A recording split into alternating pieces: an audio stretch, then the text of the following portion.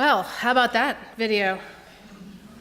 It kind of puts everything in our everyday world, and those are images from the last week or so, into reality for us.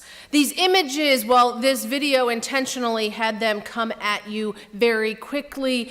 They do come across our world all the time, just as quickly. Our phone beeps at us constantly about news stories. As we watch the news, they come in about 30-second to 1-minute stories, more and more news coming across our screens. It can quickly overwhelm us. And perhaps we should just bury our heads in the sand and la la la la la, pretend we can't hear anything, pretend we can't see anything.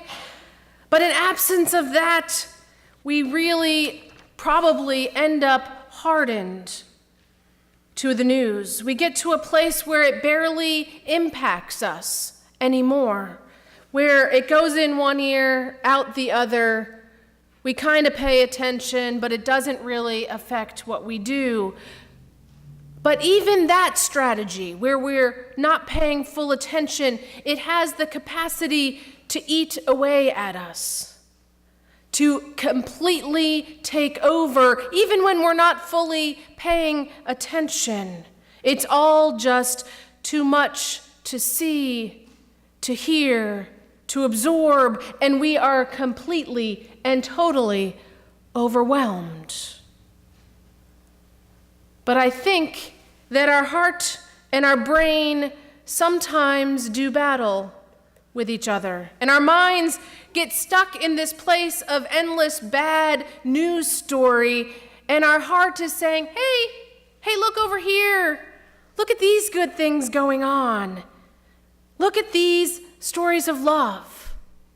And our mind's like, nope. All I see is the bad stuff over here. And our heart calls to us over here.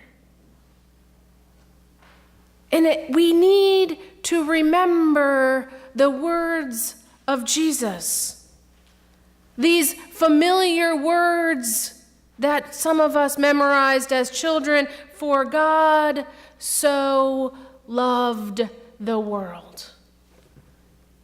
For God so loved the world. Now, God does not ignore the bad things happening in the world. God does not do this, la la la la la la. God doesn't turn a blind eye. God has given us, however, the example of Jesus. God has given us Jesus that we might have peace, that we might know what to do. Because in case you've missed it, Jesus is quite clear about what we should do. Love. That's it. Love God. Love our neighbor. Love ourselves. My least favorite, love our enemies. But it's still clear. Love. That is what we are to do. It reminds me of the wisdom of Mr. Rogers, the Reverend Mr. Rogers, Presbyterian pastor who was essentially preaching when he said this. When I was a boy and I would see scary things in the news, my mother would say to me, "Look for the helpers. You will always find people who are helping." To this day, he said, especially in times of disaster, I remember my mother's words, and I am always comforted by realizing there are still so many helpers and so many caring people in the world. And so when that news threatens to overwhelm us, we can look for those good stories. We can look for those helpers. On Friday, as I was driving, I heard the most amazing NPR story. Now, in this week where so much of the news I was hearing was remembering the horror of September 11th, when I myself was remembering that day, where I was, what I was doing, where I was hearing from my friend, the Reverend Ann Cansfield, who's a chaplain for the New York Fire Department, and she was telling me about the people that she works with who are suffering and their bodies are sick and they are dying from their exposure that day. In the midst of this week of that story, I hear this story. The story about how there are these memorial lights that shine 4 miles up into the sky. That's a really far distance. And these lights remind us of that day, and they remind us of the lives that were lost. But more than that reminder, they've become this living, breathing, beautiful story. Because I don't know if you can see in there, but there are birds. Thousands and thousands and thousands of migrating birds that scientists can now study in ways that they never could before, because apparently, turns out, most of the birds migrate at night, and we can't see them. Except now there are these giant lights that allow the birds to be seen and studied and learned about.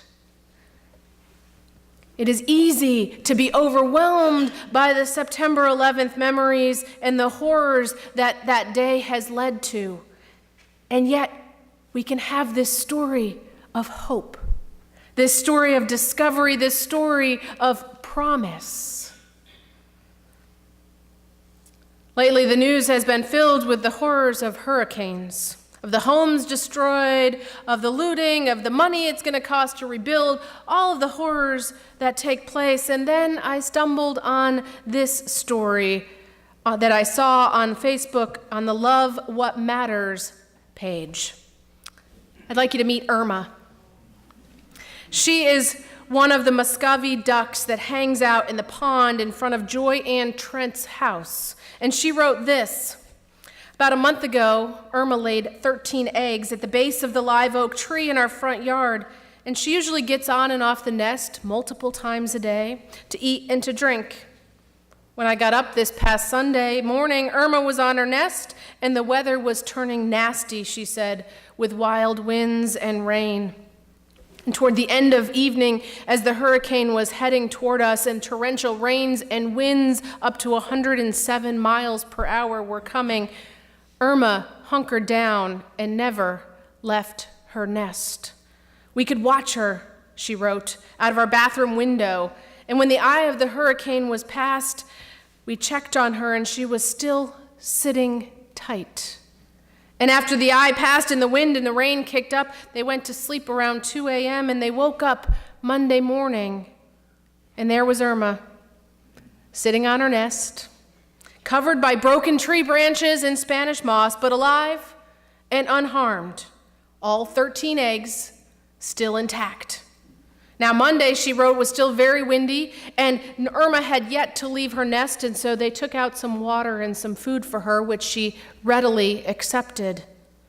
And on Tuesday, she got up from the nest and went to stretch her legs and take a quick dip in her pond before heading back. So here's Irma, super duck, who sat through a Category 2 or 3 hurricane protecting her eggs and saying, "Not today, Hurricane Irma, not on my watch." And Joy is looking forward to having 13 ducklings soon, running all over her yard. So these are just samplings of what's out there if we look for it. Samplings of the good news stories that can stand alongside but are usually quieter than the big, scary news stories. And these are moments, these are God moments, when we can see God's light and God's love shining through, where hope becomes tangible in the midst of horror, where love is known in the midst of fear. So friends, the world can easily overwhelm us if we let it. But we can do our part to look for those God moments, to look for the good in the midst of it, to look for the positive. And even more, we can be the positive. We can be the hope. We can be the love in the midst of fear, the compassion in the midst of hate. When we follow our Jesus, we do our part to be the hope, to be the love, to be the light in a world that can be so dark. We just need to have courage to live as Jesus lived, to bring about God's realm here on earth now, not just in some afterlife. I want you to seep yourself in that vision. Amen.